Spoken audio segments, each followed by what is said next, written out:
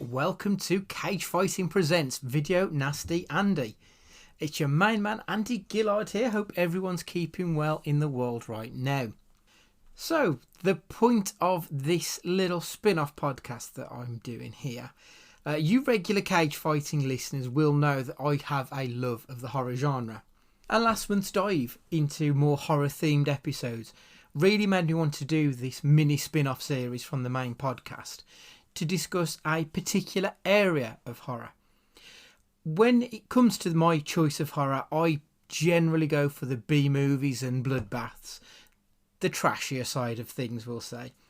And the Video Nasties List is probably the trashiest and most exploitation-heavy madness that you can get within the horror genre. So this spin-off is going to be watching, discussing, reviewing that particular era of cinema history. Over the past few months, we've seen a release of a couple of movies which have really got me thinking about censorship and the Video Nasties List, hence the title Video Nasty Andy. Which, to be perfectly honest, I might change. I'm painfully aware that Video Nasty Andy does make it sound like I'm going to be watching porn. And for those of you who are tuning in for that, I can only apologise. Cage Fighting is saving that for Sex Pest Stew or Masturbation 101 with Matt.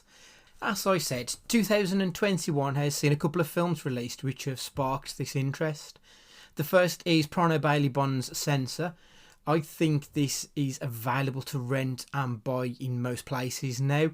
If you're a fan of 70s flecked horror, I would well advise you to check this film out. It's a really interesting dive into that particular world. And the second film is the film which I wanted to discuss on this podcast, and that is Stanley Kubrick's A Clockwork Orange. There was me, that is Alex, and my three droogs, that is Pete, Georgie and Dim. And we sat in the Korova milk bar trying to make up our razoo docs what to do with the evening. The Korova milk bar sold Milk Plus, which is what we were drinking. This would sharpen you up and make you ready for a bit of the old ultra-violence.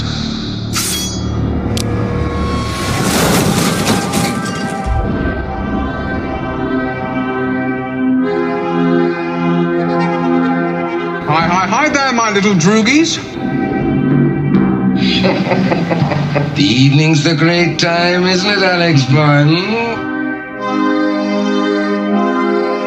He's enterprising, aggressive, young, bold, vicious. He'll do. Who on earth could that be? Now it was lovely music that came to my aid, a bit of the old Ludwig van.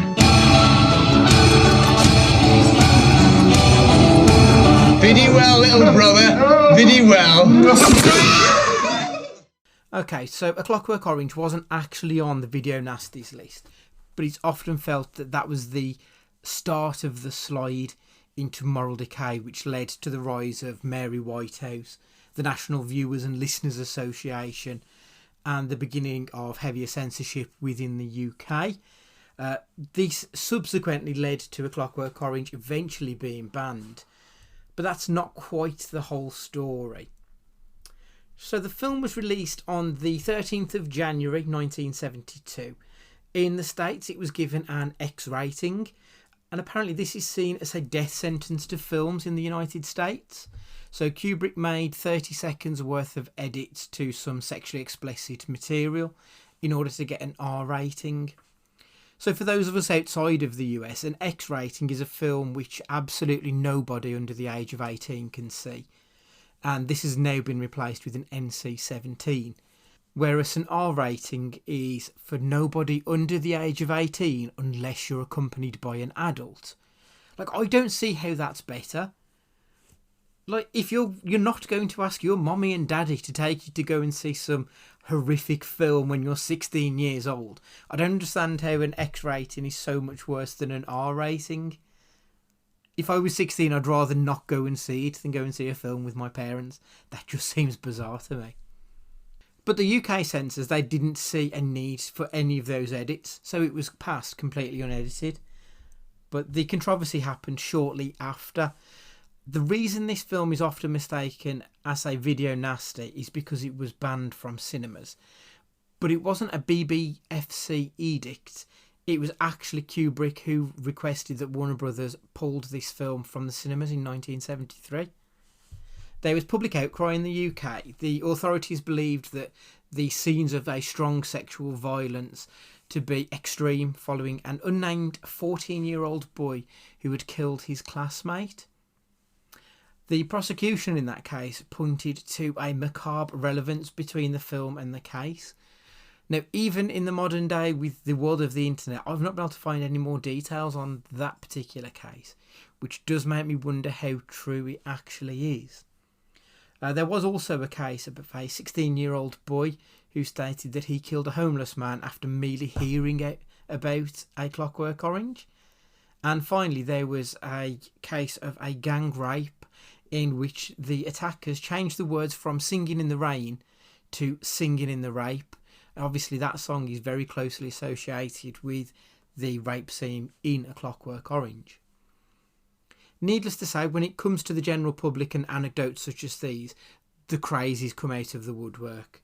I mean, we live in a country where a group of people attacked someone because they were a paediatrician, for fuck's sake. The decision to pull the film from cinemas was made following police advice after Kubrick and his family had been receiving death threats from the general public. I mean, is there anything more backwards than considering yourself to be the arbiter of society's moral consciousness than threatening to kill someone? Like, the leap in logic that you must need to go from thinking this film will corrupt people and they may kill and rape people after seeing it, to thinking, in order to stop that from happening, I'm going to kill this person.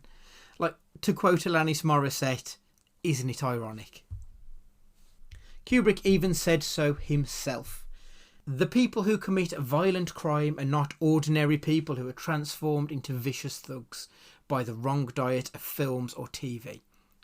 Rather, it is a fact that violent crime is invariably committed by people with a long record of antisocial behaviour, or by the unexpected blossoming of a psychopath who is described afterwards as being such a nice, quiet boy. Either way, immensely complicated social, economical and psychological forces are involved, and the simplistic notion that film and TV can transform an otherwise innocent and good person into a criminal has strong overtones of the Salem witch trials. Do you know anything about dreams? Do you know what they mean? Perhaps. I've been having this very nasty dream. Very nasty. It's like, when I was all smashed up, you know, and half awake and unconscious like, I kept having this dream. And like all these doctors were playing around with me Gulliver. You know, like the inside of my brain. I seem to have this dream over and over again. Do you think it means anything? So, A Clockwork Orange was banned from viewing in Britain from 1973 up until the death of Stanley Kubrick in 1999. This is where your humble host comes into the story. Christmas 2000 was when I first viewed this movie. I was bought a DVD player, which I still have and use. It's excellent and it's region free. Like, it's really difficult to find region free. And the film geek in me loves this piece of tech. And I was bought a box set of DVDs called Best Sellers. And this contained the trio of The Matrix, Three Kings and Deep Blue Sea. And I was also given A Clockwork Orange. In retrospect, like, a 17-year-old with visions of pomposity on my film opinions probably didn't fully appreciate it on first viewing. But I grew to admire this film. But as Matt has explained in previous podcasts before, phrase the lucky number 11 effect. And this is for films that you may really enjoy, but it's not something that you want to watch all that often. And A Clockwork Orange very much fell into that category for me. So until the release this autumn for its 50th birthday, it could easily have been 15 years since I've last seen this film. And memories can warp and fade, especially over something like a 15-year period. And all you were left with are the highlights of the movie. And after doing a little bit of reading for this podcast, it appears that a lot of people only really know this film for its highlights. The ultra-violence, the beating, the rape, the murder. yet they've made icons out of these characters. Even the most recent Space Jam sequel that was out this summer, there's a scene where LeBron traverses through the Warner Brothers cinematic history, and in the crowd is Alex and the Droogs. Like a film which caused uproar because the characters beat, raped and murdered, and now fair for a animated film like pitched at children. Like, it just seems really odd that this is the life that A Clockwork Orange has become. Not feeling too bad now, are you? No, sir. Feel really great, sir. Good. Was it all right, sir? Did I do well, sir? Fine, my boy, absolutely fine. But as I said, weirdly, this film feels like one that most people know but maybe haven't seen. Like, its infamy precedes it. It seems like a lot of people know it because of the murder and rape at the beginning of the film. Like, the ultra-violence is obviously what has stolen the headlines over the years. Even doing a bit of research for this podcast, typing in onto Google Clockwork Orange Killer brings up stories from national newspapers drawing admittedly shitty comparisons between A Clockwork Orange and from murders or gang issues which may still be going on. And these stories are still coming out within the last 10 years or so. But the weird thing for the film is that in only remembering it for the first act, you're doing it a disservice. The final two acts are so much more interesting than that first one. However, that first act is probably the most marketable. How many fancy dress parties have you been to where you've seen someone who is dressed as a droog? So going to the cinema knowing this now, that Alex and his mates were now considered acceptable to star alongside Bugs Bunny, I did wonder if A Clockwork Orange would now be the type of film that's aged like fine milk. Like, is it still going to have that impact and message that it once had? And I've got to say, for me personally, the answer was a resounding yes. It absolutely did. So the film begins with Alex and his droogs drinking at Moloko Plus and participating in ultra-violence and a bit of the old in-out, in-out. After a leadership struggle, his droogs turn on Alex, leaving him to take the rap for a murder of the cat lady. But what follows after that point is a story about crime and punishment, violence and retribution, vengeance and revenge. It's a satire on the state of Britain on the 70s, but it wouldn't feel out of place if it were made today. Like, you can still read it as a satire on the nature of society as we now see things. Like police thuggery, problems within the criminal justice system, underclasses being used and abused, the government of the day using their mistakes to now score points with the public, hoping that no one can see through their paper-thin veneer.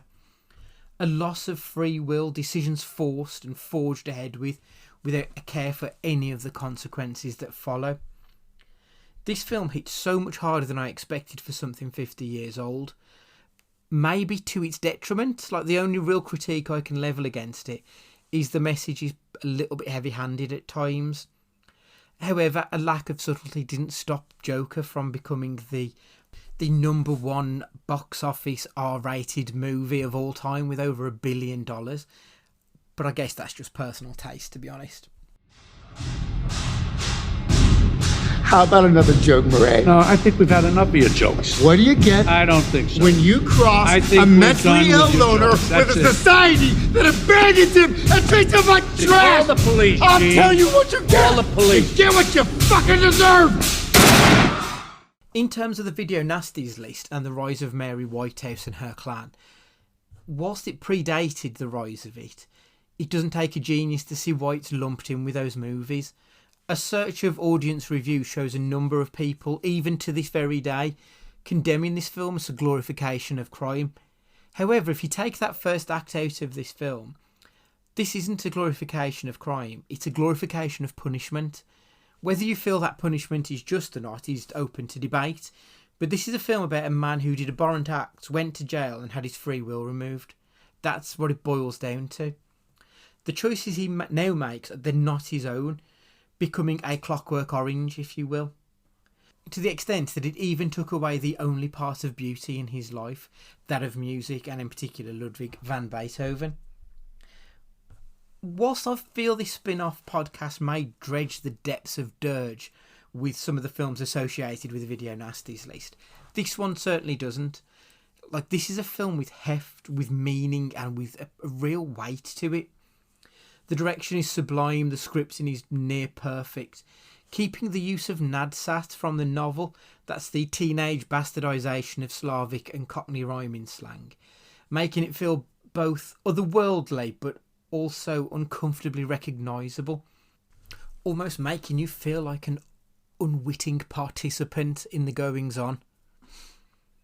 But best of all for this film, that would be the acting of Malcolm McDowell. Like, the entire film hinges on how you feel about this boy. You need to hate him, pity him, want him to die, but also want him to win. You need to be repulsed by him, but attracted to him. That duality is not an easy thing to pull off, but I thought that McDowell did it with aplomb in this movie. He was exceptional. As you know, we at Cage Fighting, we're here to answer the big questions in film.